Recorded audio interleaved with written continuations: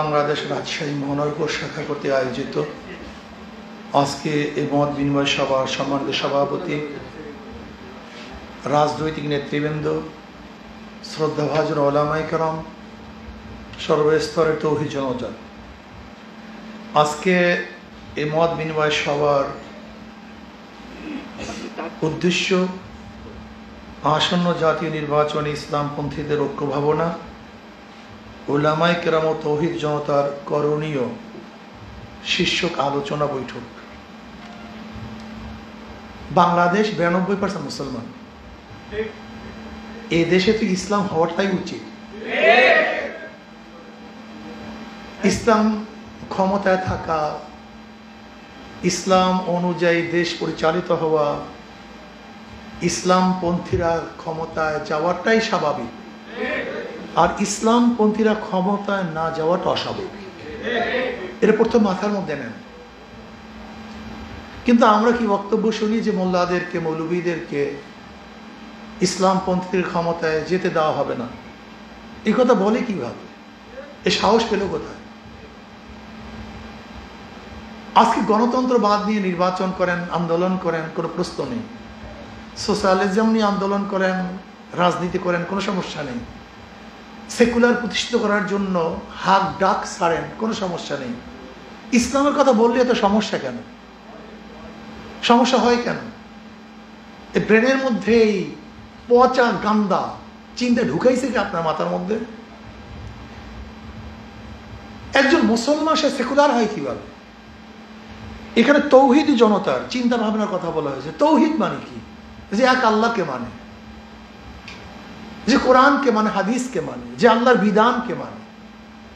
আল্লাহকে মানছেন, আল্লাহর বিধানকে মানেন না, আপনি তৌহিদবাদী না। ভুল বুঝবেন না কেউ। আবু জাহাল আল্লাহকে মানতো, তার আওসাফকে মানতো না।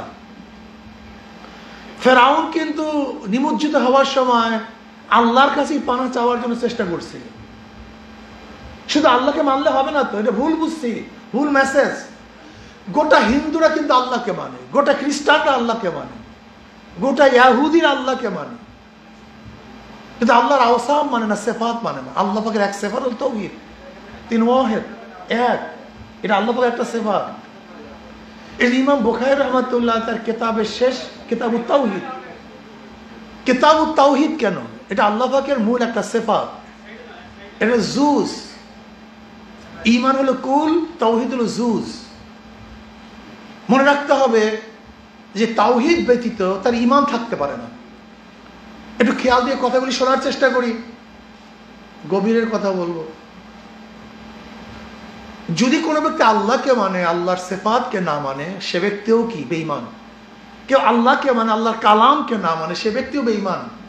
কালাম মানে আল্লাহ পাকের কোরআন। কেউ আল্লাহকে মানছে, আল্লাহর কোরআনকে মানে নাই, সে বেঈমান না মুমিন? সে বেঈমান।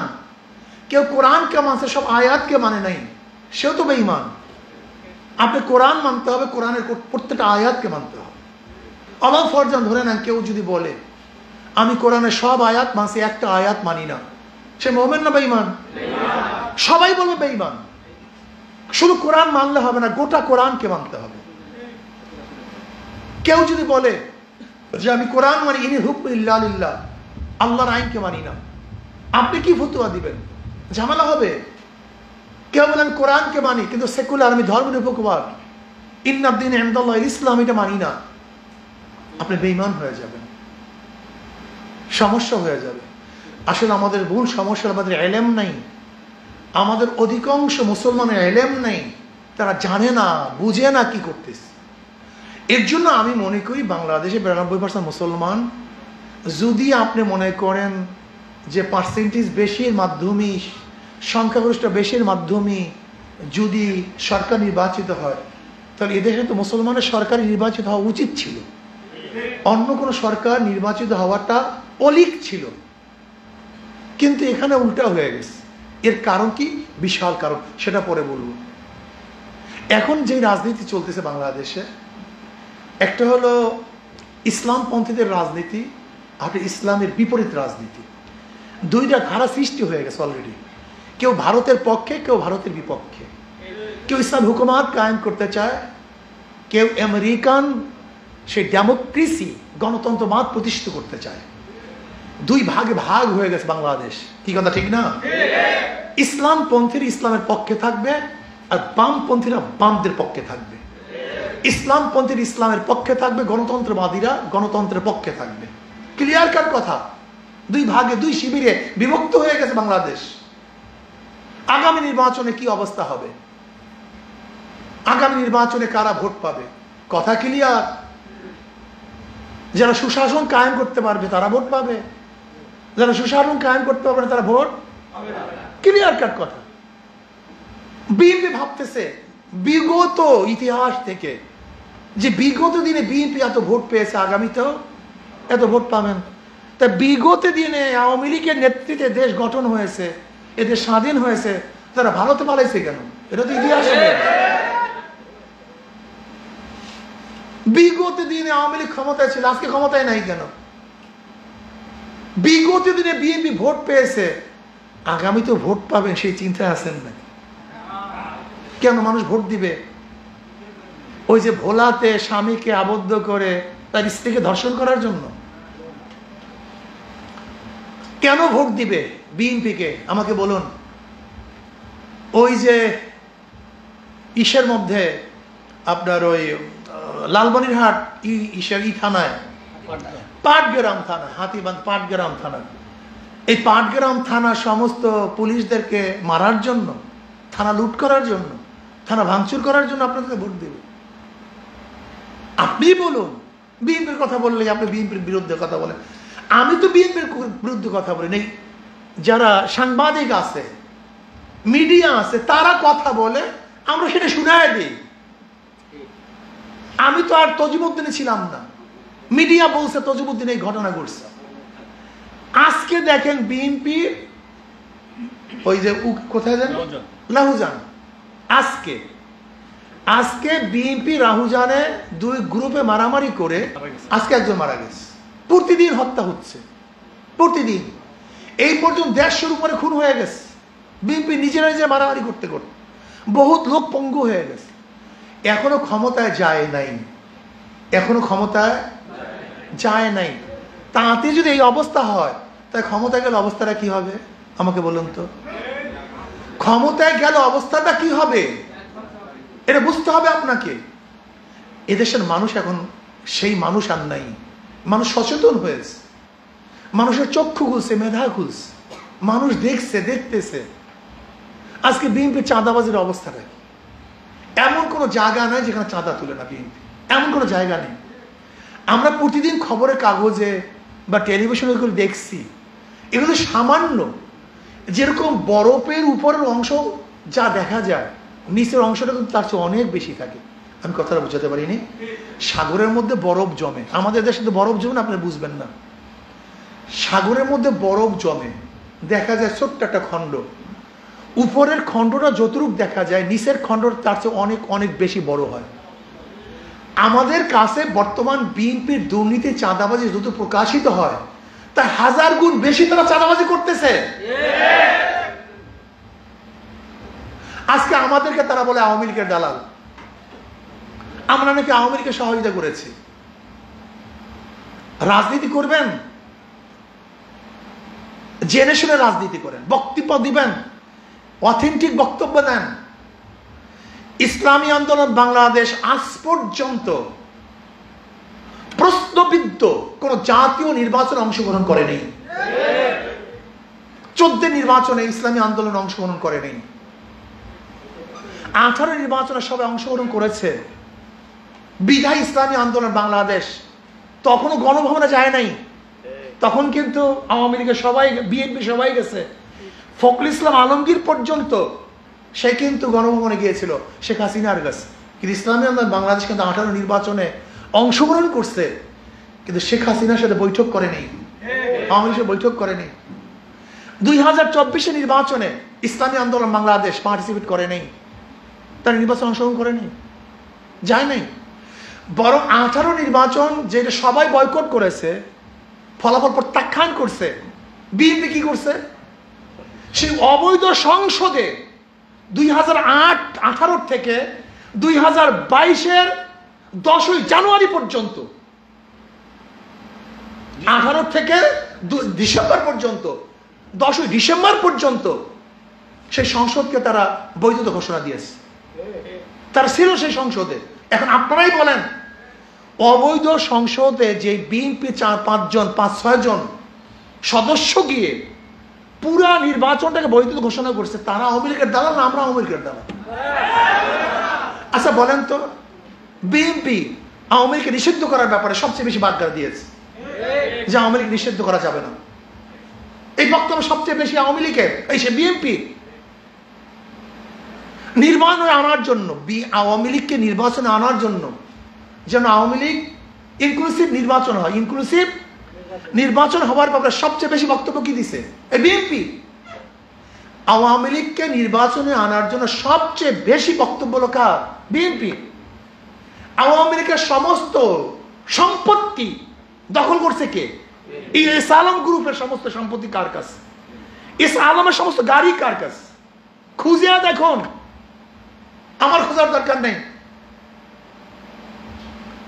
হাজার হাজার লক্ষ লক্ষ কোটি কোটি টাকা দিয়ে আওয়ামী লীগকে বাংলাদেশের ভারতে পাচার কারা করছে, একটু খুঁজে দেখেন তো আপনারা, ভালো মতো খোঁজেন তো, তাহলে বুঝতে পারবেন কারা এই কাজগুলি করছে। এখন প্রশ্ন করতে পারেন, হুজুর আওয়ামী লীগকে বিএনপি নির্বাচনে আনতে চায় কেন? এটা মারাত্মক প্রশ্ন।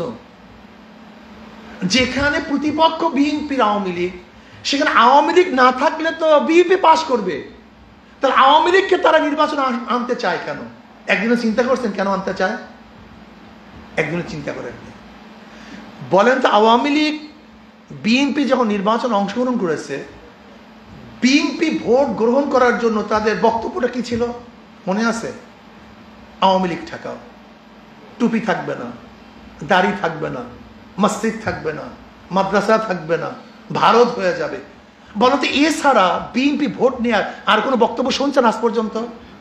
হ্যাঁ, 100 বক্তব্য দিতে পারে আওয়ামী লীগ, কেন ভোট তাদেরকে দিবেন 100?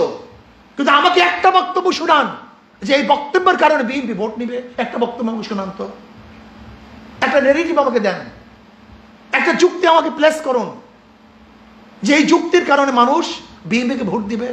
একটা যুক্তি দেন। 91 থেকে 96 পর্যন্ত বিএনপি ক্ষমতায় ছিল না? 2001 থেকে 2005 পর্যন্ত বিএনপি ক্ষমতায় ছিল না? আচ্ছা আমাকে বলুন, যে বিএনপি 91 থেকে 96 ক্ষমতায় ছিল, সেই বিএনপি 96 আসতে পারে নাই কেন? যেই বিএনপি 2001 থেকে 2005 পর্যন্ত ক্ষমতায় ছিল, 2006 পর্যন্ত, তারা 2008-এ ক্ষমতা আসতে পারে নাই কেন? বিপুল ভোটে হারছে কেন? এর কারণটা কি? যদি বলেন বিএনপিকে এই এই কারণে ভোট দিবে, একটা কারণ আপনি যৌক্তিক একটা কারণ উপস্থাপন করতে পারবেন না। যদি বলেন উন্নয়নের চেয়ে 1000 গুণ বেশি উন্নয়ন করছে আওয়ামী লীগ, 1000 গুণ বেশি, এরপর আওয়ামী লীগকে কেন মানুষ প্রত্যাখ্যান করছে? জুলুম, অত্যাচার, অবিচার, চাঁদাবাজি, গুন্ডামি, মাস্তানি, মানুষের অধিকার হরণ করা। আজও বিএনপি সেই কাজটাই করতেছে, জুলুম করতেছে, অত্যাচার করতেছে, অবিচার করতেছে, মিথ্যা বক্তব্য ছড়াইতেছে, কটূক্তিমূলক কথা বলতেছে। যদি আওয়ামী লীগ এত উন্নয়নের পরেও জুলুম নির্যাতন করার কারণে আওয়ামী লীগকে দেশের মানুষ প্রত্যাখ্যান করতে পারে, তা আপনি তো ক্ষমতায় আসেন না, আপনার ভোটকে প্রত্যাখ্যান মানুষ করতে পারে না? হ্যাঁ, এর জন্যই তো বিএনপি চায় আওয়ামী লীগ ক্ষমতায় আসুক, যেন এই বক্তব্য দেবে আওয়ামী লীগ ঠেকাও, আওয়ামী লীগ ঠেকাও। যদি আওয়ামী লীগ নির্বাচনে অংশগ্রহণ না করে, তাহলে সবার জবানের মধ্যে একটাই স্লোগান উঠবে, বিএনপি ঠেকাও, বিএনপি ঠেকাও, বিএনপি ঠেকাও। আপনি ভেবেছেন সে আগের পুরানো কেসা কাহিনীর দ্বারা ভোট গ্রহণ করবেন? আমাকে বলুন, বর্তমান নেট খুললে, মিডিয়ার মধ্যে দেখলে, যেরকম 2001 থেকে 2005 পর্যন্ত শুধু আমরা দেখেছি খাম্বা কেস। কি কেস? খাম্বা মনে আছে তো? কারেন্টের খাম্বা কেস, ট্রান্সফার কেস, হাওয়া ভবন, কত ভবন আমরা দেখেছি। এখন আমরা কি শুনতেছি? বিএনপির কি গুণ? 9 মাসে 150 খুন, সাদা নেয় পল্টনে, চলে যায় লন্ডনে। শুনি, এটা আমার বক্তব্য না, বক্তব্য আমার না, এটা পাবলিক বলতেছে ভাই, এ বক্তব্য আমার না। আসামে বলেন তো, আপনার নেতা এত ভালো, তাই মিলিটারির ওই সময় মাজা ভেঙে দিয়েছিল কেন আপনার নেতা? আপনি বলুন, আমার বক্তব্য না কিন্তু। আমার মন খারাপ করিয়েন না, রাগ করিয়েন না। যদি এতই ভালো ফেরেস্তা হয়, তা আর্মিরা মাজা ভাঙছিল কেন? আপনারাই তো বলছেন। বিএনপির হাজারো লিডারদের মুখে বক্তব্য শুনেছি, আমার লিডারের মাজা ভেঙে দিয়েছে, তারপরে লিডার এখনো আছে, তা মাজা ভাঙছিল কেন? এই প্রশ্নের জবাব দিবেন। আগামীতে দেশ ইসলামের দেশ, আগামীতে দেশ ইসলাম ক্ষমতা যাবে ইনশাআল্লাহ। কোন চোর, বাটপার, গুন্ডা, চাঁদাবাজ, মাস্তান এবং খুনিদেরকে এদেশের মানুষ আর ক্ষমতা নিবে না, দেখতে চায় না।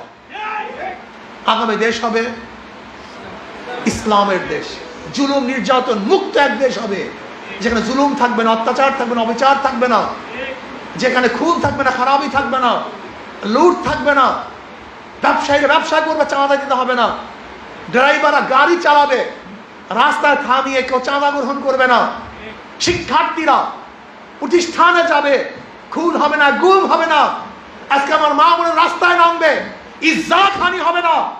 আজকে বাংলাদেশের কোন মানুষ ক্ষুধার্ত অবস্থায় থাকবে না, বাংলাদেশের একজন বস্ত্রহীন মানুষ আর বস্ত্রবিহীন থাকবে না, বাংলাদেশের একটা গরিব আর চিকিৎসাহীন মারা যাবে না, বাংলাদেশের এই জনগণ আর এই গোলামি চুক্তিতে আবদ্ধ হবে না, বাংলাদেশের এক ইঞ্চি মাটিকেও কোন দেশ আর দখল করার চিন্তাও করবে না ইনশাআল্লাহ। এই বাংলাদেশ একদিন ইনশাআল্লাহ পরাশক্তি হবে, এই বাংলাদেশ আজকে হোক কালকে পরাশক্তি হবে। আমরা নিজেরা না খেয়ে ইনশাআল্লাহ নিজেই তৈরি করবো ইনশাআল্লাহ। আমরা না খেয়ে খেয়ে বাংলাদেশে হাজারো দেশ থেকে আমরা বিমান কিনবো, আমরা ট্যাঙ্ক কিনবো, নৌবাহিনীর মধ্যে আমরা বিভিন্ন ধরনের আমাদের সরঞ্জাম কিনে আমরা শক্তিশালী হব। অর্থাৎ বাংলাদেশের মানুষ কারোর কাছে মাথা নত করবে না ইনশাআল্লাহ। ওরা কি চায়? আমাদের গোলাম বানাতে চায়, গোলাম বানাতে চায়। আমরা গোলাম, তোমরা গোলাম হও, আমরা স্বাধীন, আমরা আর গোলাম হতে চাই না। এই জন্য আমার খুব ক্ষিপ্ত, বাংলাদেশের হাজারো মানুষ আছে, হাজারো গরিব আছে। আপনি বিশ্বাস করেন, যদি বাংলাদেশ সরকার ডিক্লেয়ার দেয় আমরা আমাদের সামরিক শক্তিকে শক্তিশালী করতে চাই, এদেশের হাজারো গরিব, রিক্সাওয়ালা, ঠেলাওয়ালা, কুলি মজদুররা না খেয়ে সরকারি ফান্ডে টাকা দিবে। তারা শক্তিশালী হতে চায়, গোলামি করতে চায়। আসুন না, ইসলামী আন্দোলন বাংলাদেশ আজকে বাংলাদেশের বুকে এমন এক স্লোগান ছেড়ে দিয়েছে, ইসলামের পক্ষে একটা বাক্স চাই, একটা বাক্স চাই। আর আগামী যদি ইসলামের পক্ষে একটা বাক্স দিতে পারি, তাহলে আপনারা নিশ্চিত থাকেন ইনশাআল্লাহ আগামী ইসলাম ক্ষমতায় যাবে, কেউ ফিরাতে পারবে না। সকল মার্কা দেখা শেষ, হাত পাখার বাংলাদেশ। সব নীতি আদর্শ দেখেছি, এবার ইসলামী আদর্শ নীতি দেখতে চাই। আমার শেষ কথা, আব্বাজান রহমতুল্লাহ একটা কথা বলতেন, মাদার গাছ লাগিয়ে আমের আশা করা যায় না, তেঁতুল গাছে মিষ্টি ফল হয় না, 2 নাম্বার জমিতে 1 নাম্বার ফসল হয় না, 2 নাম্বার উস্তাদের কাছে 1 নাম্বার ছাত্র করতে পারে না, 2 নাম্বার নেতার কাছে দেশ কোনোদিন 1 নাম্বার হতে পারে না। চোর, ডাকাত, দুর্নীতিবাজ, গুন্ডা, বদমাশদের মাধ্যমে এদেশ কোনোদিন গুন্ডা মুক্ত হতে পারে না, দুর্নীতি মুক্ত হতে পারে। আমি সমস্ত ভোটারদেরকে একটা অনুরোধ করব, যে এই দলের মধ্যে চাঁদাবাজ আছে, ধর্ষক আছে, খুনি আছে, দুর্নীতিবাজ আছে, ওদেরকে ভোট দেবেন না। যদি আমার দলের মধ্যে দুর্নীতিবাজ থাকে, আমার দলের মধ্যে চাঁদাবাজ থাকে, আমার দলের মধ্যে ধর্ষক থাকে, প্রত্যাখ্যান করুন, ওদেরকে ভোট দেবেন না। যদি চাঁদাবাজদেরকে, দুর্নীতিবাজদেরকে আমরা প্রত্যাখ্যান করি, ভোটাররা প্রত্যাখ্যান করেন, তার দুর্নীতিবাজরা আর কোনোদিন ক্ষমতা আসতে পারবে না।